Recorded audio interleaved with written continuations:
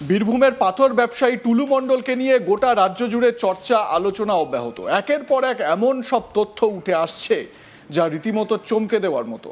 এখনো পর্যন্ত যা জানা যাচ্ছে তা হলো দেশ বিদেশে বিপুল পরিমাণ সম্পত্তি ছড়িয়ে রয়েছে এই টুলু মণ্ডলের। বীরভূমের মোহাম্মদবাজার সাঁইথিয়া রোডে তার প্রায় 50 একর জমি। সেই বিস্তীর্ণ জমিতে শতাধিক ডাম্পার এবং বিপুল পরিমাণ বালি ও পাথর মজুত রয়েছে বলে জানা যাচ্ছে। সিউড়ি শহরে রয়েছে তার একটি বিলাসবহুল বাড়ি, যার জমি সহ মূল্য আনুমানিক 8 থেকে 9 কোটি টাকা। এছাড়াও মোহাম্মদবাজার থানার অন্তর্গত শতসাল এলাকায় তার আরও একটি বাড়ি রয়েছে, যার মূল্য প্রায় কোটি টাকা বলে জানা যাচ্ছে।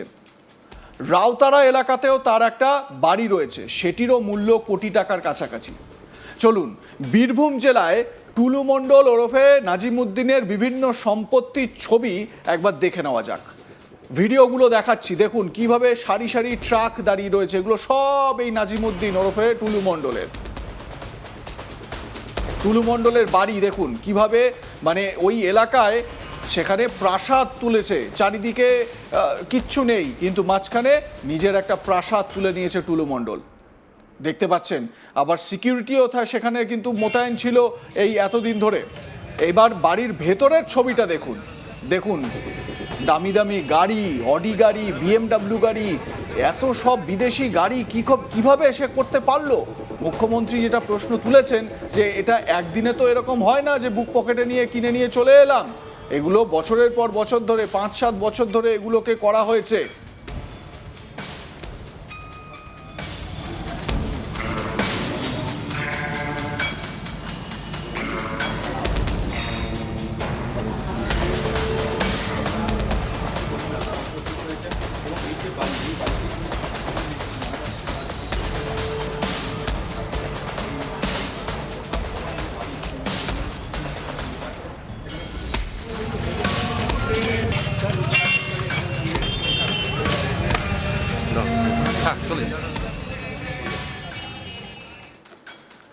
এখানেই শেষ নয়, স্থানীয় সূত্রের দাবি দেশের পাশাপাশি বিদেশেও সম্পত্তি রয়েছে টুলু মণ্ডলের। নেপাল, বাংলাদেশ, মিশর, তার বিভিন্ন সম্পত্তির খোঁজ পাওয়া গিয়েছে বলে সূত্রের দাবি।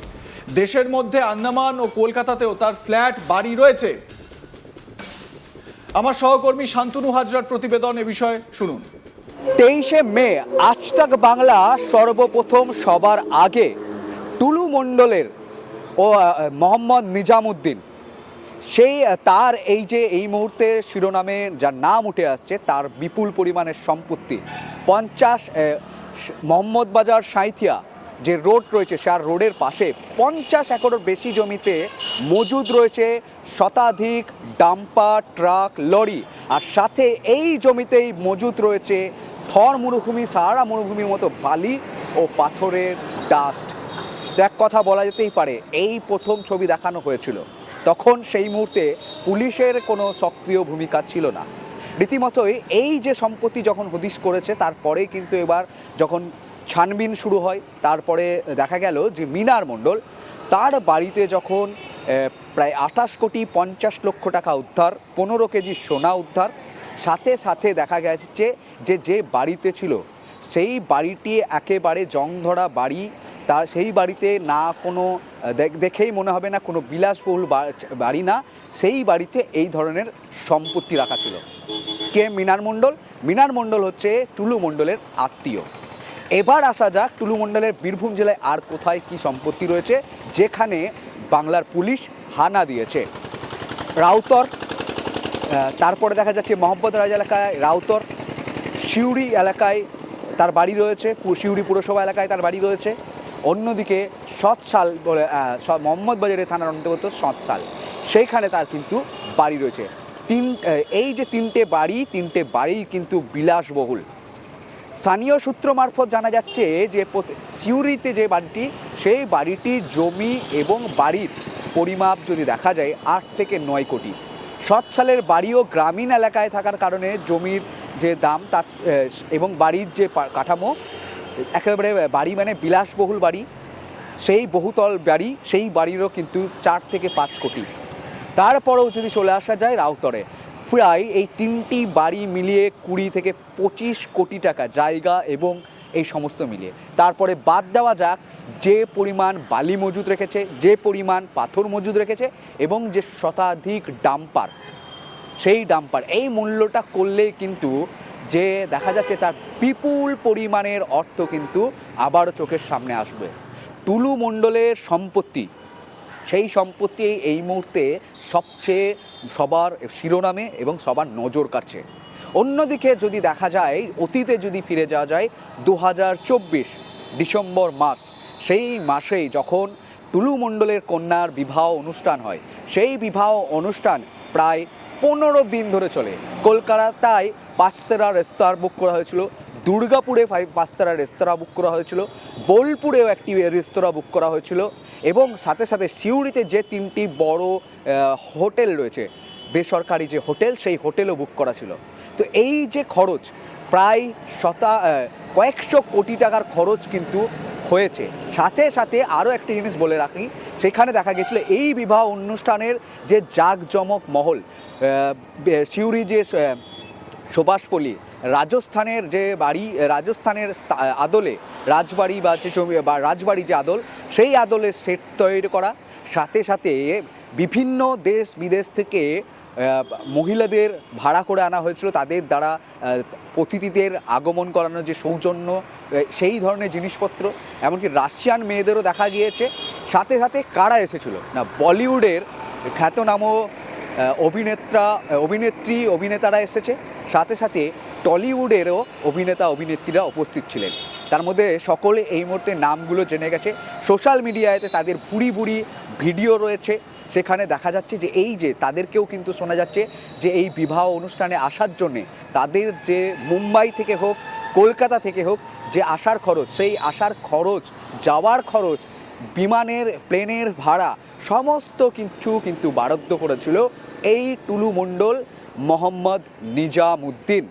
এর সাথে সাথে এদের শোনা সূত্র মারফত জানা যাচ্ছে যে এই তারকাদেরকেও কিন্তু আসার জন্য রিটার্ন গিফট দিয়েছে। তবে এই রিটার্ন গিফটের মূল্য বা কী দেওয়া হয়েছিল সেটি কিন্তু এখনও অজানা রয়েছে।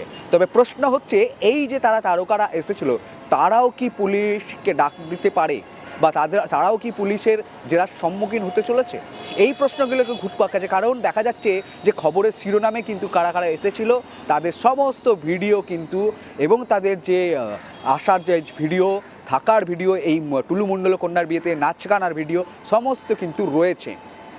তো রীতিমতোই দেখা যাচ্ছে যে টুলুর সাম্রাজ্য বীরভূম জেলায় যেমন রয়েছে, সাথে সাথে সূত্র মারফত জানা যাচ্ছে বাংলাদেশ, নেপাল, এমনকি গোয়া, আন্দামান, এই জায়গাতেও তার প্রপার্টি রয়েছে। সাথে সাথে আরও একটি তথ্য উঠে আসছে সেখান থেকে সূত্র মারফত, সম্ভবতই যেখানে এলাকার স্থানীয় বাসিন্দারা অভিযোগ করছে, তারা বলছে যে টুলু এখানে সম্পত্তি নেই, তার সম্পত্তি আরও আছে, দেশ বিদেশেও সম্পত্তি রয়েছে।